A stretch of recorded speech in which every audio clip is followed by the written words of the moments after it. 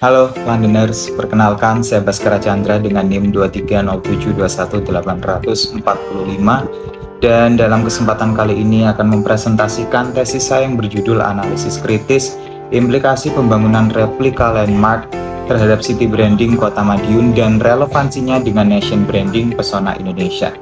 Sebelum saya akan menjelaskan lebih lanjut terkait dengan latar belakang, saya akan memaparkan terlebih dahulu terkait dengan fenomena yang viral belakangan ini di media sosial, di media massa online terkait dengan pembangunan replika landmark di Kota Madiun. Penelitian ini it's all about criticism.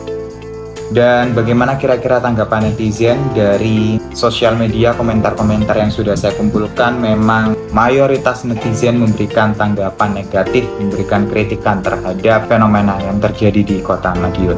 Lantas bagaimana sebenarnya masalah ini bisa terjadi? Semua berawal dari ketika Wali Kota Maidi melakukan proyek pembangunan replika landmark. Pada waktu itu memang beliau berinisiatif untuk menambah replika landmark. Akhirnya keinginan tersebut menuai kritikan tajam dari masyarakat, bukan hanya dari warga dalam Kota Madiun, tapi juga dari luar Kota Madiun itu sendiri. Dan puncak kritikannya ketika terjadi pembangunan replika landmark Tugu Monas. Selain landmark juga dilakukan pembangunan replika ikon wisata lainnya seperti Malioboro, dan memang sebenarnya tujuannya itu untuk meningkatkan, membangkitkan sektor ekonomi akibat pandemi COVID-19. Dan pemerintah Kota Madiun juga beralibi bahwa proyek tersebut akan mendukung city branding Madiun Kota Pendekar. Tapi alih-alih mendukung justru menimbulkan konstruksi dari netizen. City branding baru yang dibentuk oleh netizen yaitu Kota Tiruan dan juga Kota Replika. Aksi dari pemerintah Kota Madiun ini bukan lagi dianggap sebagai suatu hal yang terinspirasi pada akhirnya, tapi menduplikasi.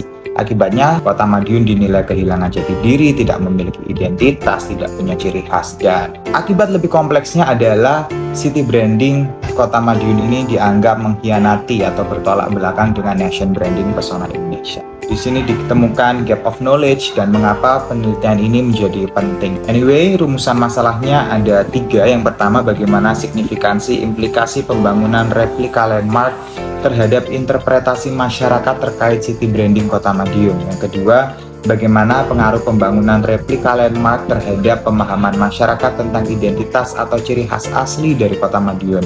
Dan yang terakhir, bagaimana relevansi city branding Kota Madiun yang secara masif melakukan pembangunan replika landmark terhadap nation branding Pesona Indonesia. Berikut tujuan penelitian dan juga manfaat penelitian. Ruang lingkup dan batasan penelitian. Jadi yang dibahas secara primer dari penelitian ini adalah terkait dengan replika landmark sebagai suatu objek komunikasi simbolik dan instrumen city branding. Ada pembahasan lain yang juga dibahas sedikit, yaitu terkait dengan kebijakan Pemkot Madiun.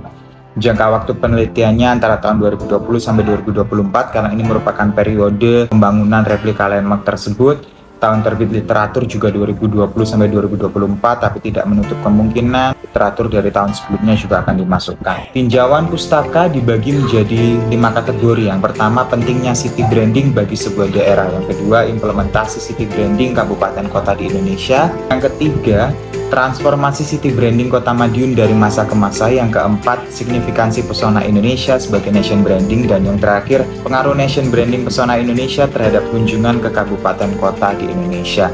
Kerangka teoritis dimulai dari city branding teori yang diperkenalkan oleh Simon and Holt. Jadi Holt pada waktu itu memperkenalkan yang namanya city branding hexagon. Ada 6 variabel di dalamnya, yaitu kehadiran, lokasi keberadaan, potensi, masyarakat, dorongan, dan juga prasyarat.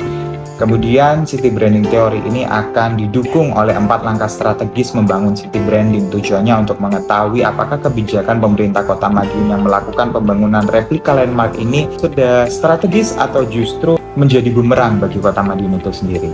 Teori berikutnya adalah nation branding dan diplomasi publik. Jadi Georgi Sonsi memperkenalkan 3 pendekatan, tapi yang dipilih oleh peneliti adalah pendekatan ketiga terkait dengan nation branding dan diplomasi publik. Ini adalah 2 konsep yang sama, tidak berbeda, dan keduanya merupakan sinonim satu dengan lainnya. Georgi Sonsi juga memperkenalkan diagram konsep antara nation branding dan diplomasi publik. Jadi ada 4 variabel penting di dalamnya: culture, identity, image, dan juga values. Nah, ini juga ada matrix yang diperkenalkan oleh Rem Herrstein. Jadi beliau memperkenalkan matriks hubungan antara country, city, dan juga region branding. Teori berikutnya adalah Unique Selling Proposition. Kenapa USP? Ada 3 alasan. Unique ini berusaha untuk mengetahui ya bagaimana Pemkot Madiun sebenarnya mengartikan kata unik dan nilai jual dari replika landmark. Selling berkaitan dengan bagaimana Pemkot Madiun mempersuasi masyarakat agar tidak perlu berwisata ke luar negeri, cukup di Madiun aja. Proposition berkaitan dengan bagaimana teknik pemasaran dari Pemkot Madiun kepada masyarakat. Kerangka teoritis yang terakhir adalah teori semiotika. Jadi semiotika yang dipakai ini hubungannya dengan representasi visual. Visualnya ya replika landmark itu sendiri sebagai suatu objek komunikasi simbolik. Kemudian ada definisi istilah penting yang sering kali keluar di dalam penelitian ini, yaitu terkait dengan landmark, pariwisata, destinasi wisata, dan juga pesona Indonesia. Hipotesis penelitian ada 4. Yang pertama, peneliti meyakini bahwa adanya ketidakselarasan antara city branding Kota Madiun melalui proyek pembangunan replika landmark dengan nation branding Indonesia yang dikemas dalam kampanye Pesona Indonesia. Yang kedua, ketidakselarasan ini beresiko mengancam nama baik Kota Madiun akibat semakin populernya julukan kota replika dan kota tiruan sebagai city branding hasil konstruksi dari masyarakat atau warganet. Dalam konteks yang lebih luas, city branding tersebut juga berpotensi menimbulkan persepsi negatif tentang pariwisata Indonesia baik dari warga lokal maupun turis mancanegara, dan akhirnya pesona Indonesia menjadi kurang relevan karena suatu daerah justru mempromosikan objek wisata replika landmark dari negara lain yang sama sekali tidak mencerminkan kepribadian, jati diri maupun ciri khas dari Indonesia itu sendiri. Berikut kerangka konseptual yang telah dirancang, disusun, dan berikutnya paradigma penelitian, yaitu konstruktivisme dengan metode penelitiannya adalah kualitatif. Teknik pengumpulan data primer dibagi menjadi 3, yaitu wawancara terbuka yang dilakukan kepada perwakilan Dinas Kebudayaan Pariwisata Pemuda Olahraga Kota Madiun, Kementerian Pariwisata dan Ekonomi Kreatif. Ada juga focus group discussion yang dilakukan bersama dengan 32 finalis Duta Pariwisata Jawa Timur 2024, dan yang terakhir kuesioner terbuka yang disebarkan kepada warga Kota Madiun, masyarakat Indonesia lainnya, dan juga wisatawan mancanegara. Sedangkan teknik pengumpulan data sekundernya adalah laporan resmi dari pemerintah dan juga jurnal atau artikel ilmiah terkait lainnya. Teknik analisis data diawali dari reduksi data yang kemudian dilanjutkan dengan pemaparan data dan terakhir penarikan kesimpulan atau verifikasi, yang kemudian dilanjutkan dengan triangulasi data untuk uji validitas dan reliabilitas. Fokus penelitian, of course, penelitian ini akan berfokus pada analisis terhadap city branding Kota Madiun dengan munculnya kota tiruan, kota replika sebagai hasil konstruksi masyarakat akibat adanya proyek pembangunan replika landmark.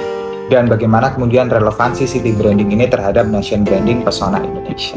Narasumbernya ada 5. Yang pertama, perwakilan dari Dinas Kebudayaan Pariwisata Pemuda Olahraga Kota Madiun, perwakilan Kemenparekraf, 32 finalis Duta Pariwisata Jawa Timur 2024, 25 warga Kota Madiun dan 25 masyarakat Indonesia, serta wisatawan mancanegara. Waktu tempat penelitian ini berlangsung selama kurang lebih 9-10 bulan ya, dan diekspektasikan harus selesai di bulan ini, di Mei 2024. Oke, keterbatasan penelitian terletak pada responden, peserta FGD, dan juga wawancara. Anyway, berbicara terkait dengan deskripsi objek penelitian, ya yang diteliti adalah terkait dengan city branding Kota Madiun. Tapi kita juga perlu belajar ya transformasinya dari masa ke masa, diawali dari tahun 1918 ketika awal mula Kota Madiun terbentuk berdiri. Sudah banyak julukan yang disematkan oleh masyarakat, mulai dari kota gadis, kota brem, kota pecel, lain sebagainya. Sebenarnya city branding itu baru benar-benar secara eksplisit diperkenalkan oleh Pemkot Madiun pada tahun 2018 dengan city branding kota karismatik. Tapi setahun kemudian di 2019 itu diperkenalkan city branding baru, yaitu Kota Pendekar, digagas oleh wali kota terpilih pada waktu itu, yaitu Bapak Maidi yang masih menjabat sampai sekarang. Tapi sayangnya Kota Pendekar, karena adanya replika landmark tersebut, akhirnya muncullah konstruksi negatif dari masyarakat. Muncul akhirnya kota tiruan, kota replika. Proyek pembangunan replika landmark ini sejak tahun 2020 itu udah membangun 7 landmark, mulai dari Patung Merlion, Musola Ka'bah, Menara Eiffel, Menara Big Ben, Kincir Angin Belanda, Patung Liberty, hingga Tugu Monas. Dan ini yang saya temukan dari hasil penelitian ini, bahwa asal-usul proyek itu berawal dari musyawarah perencanaan pembangunan. Objektif proyek juga digunakan untuk meningkatkan indeks pembangunan manusia. Pertumbuhan ekonomi terjadi sangat signifikan akibat dari proyek tersebut. Adanya peningkatan jumlah wisatawan yang signifikan juga. Dan pemerintah Madiun merespon secara terbuka dengan adanya kritik dan saran tersebut. Dan yang terakhir, perencanaan masa depan dengan adanya inovasi-inovasi baru dan keinginan untuk melanjutkan proyek pembangunan replika landmark. Anyway, ini temuan dan ringkasan analisis. Memang sebenarnya di bab 4 ini sudah selesai, namun beberapa memang masih perlu dianalisis lebih mendalam lagi. Jadi memang belum semuanya terlampir dalam presentasi ini.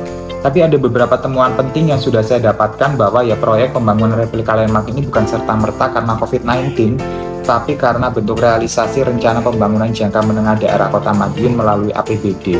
Pemkot Madiun juga kesulitan untuk memvisualisasikan identitas kota dalam bentuk bangunan, akhirnya ya replika landmark inilah yang dipilih. Pemkot Madiun meyakini masyarakat lebih tertarik dengan bangunan replika landmark.